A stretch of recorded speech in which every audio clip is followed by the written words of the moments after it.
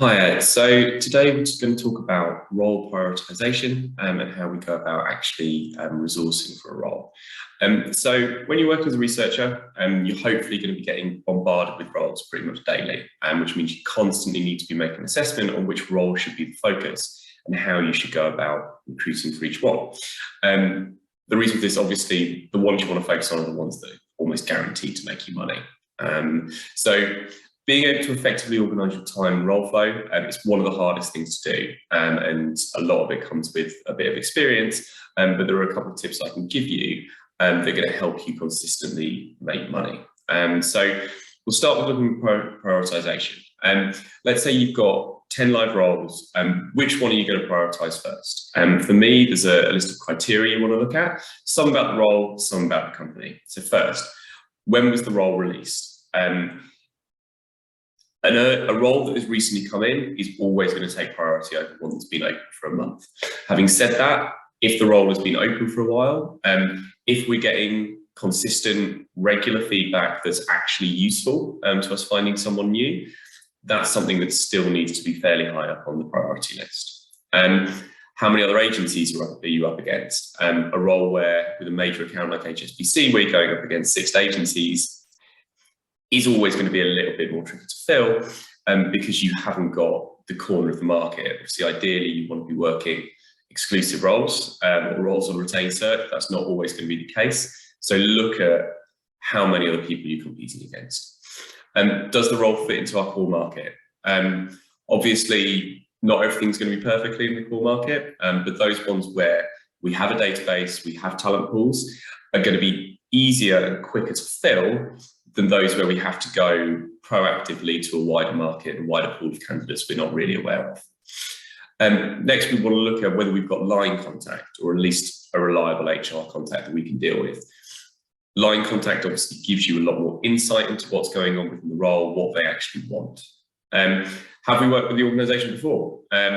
What's their track record on roles? So in processes we've had previously with them, have they been super fast? Have they been super responsive? Or is it one of those organisations that sits on CVs for a month and then comes back with some vague nonsense feedback? Following on from that, it's have we made placements with them before? If you're working with an organisation where you're consistently making placements or someone else in the business is, they're going to be able to give you a much better insight into the kind of person they like. And obviously we know that we're confident we can make money out of them. So you're not going to know all the answers to these questions, but whoever's giving you the role, potentially the manager, definitely will. You obviously shouldn't discount roles that don't tick the right boxes, particularly when you're looking at brand new organisations. And I'd argue that for somewhere where we've just signed terms, you want to be putting in almost more effort and more prioritisation. But even for roles that are fairly low quality of business, there's still a chance you're going to make money out of them. So make sure you're covering in some capacity. So you've decided which role to work, and how do you go about recruiting for it? At Danos, we've got a fairly standard approach that you should use for virtually every single role you work. Firstly, do you actually understand the role and who the client is? It's really easy to get given a role, jump straight into it without really knowing anything, then waste a ton of time searching for the wrong candidates. Take your time, do your research. If you don't understand the role, talk it through with a consultant who actually understands what it is. Get them to explain it to you in a lot more detail. Look at who the company are. Do what you would normally do if you're doing, say, a retained search. Make sure you know the major sales of the company, make sure what they do, and who their major competitors are. They're the people you're obviously going to be targeting. The next, advertise. It's not going to be for every role, and certainly some clients where we specifically say we don't advertise.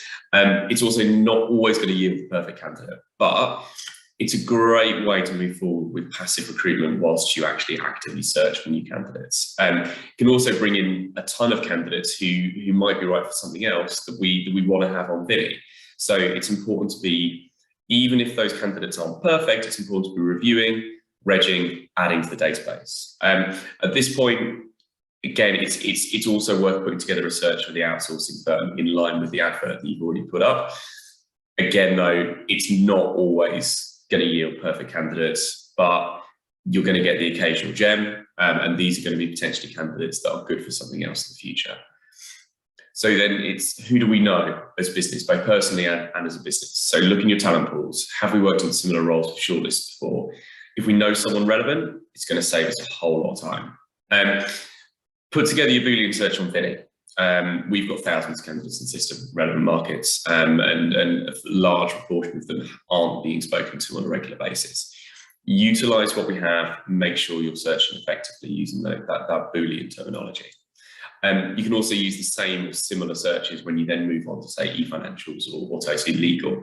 Finally, LinkedIn searching. I mean, arguably, this is where you're going to get the majority of candidates, but it can be a super slow process. So make sure you're using it effectively through complex, targeted searching. One thing to remember, though, LinkedIn is basically just an emailing service. It's basically just a job board. So if you find that perfect candidate, you don't have their contact details, obviously send them an email. You want to be calling them at their desk. You want to be calling through the switchboard to try and get through to these guys in any way you possibly can. I think the takeaway from a lot of this is that two things are really key when searching for, in particular, a new role: speed to market and understanding of the role and the client. You want to be faster than everyone else in the market. That's why you build up your talent pools. That's why you build up your knowledge base. And you have to understand it. Otherwise, you're going to be selling somebody something that they don't understand. You're not going to offer them the right sales. That's it from me. Thanks.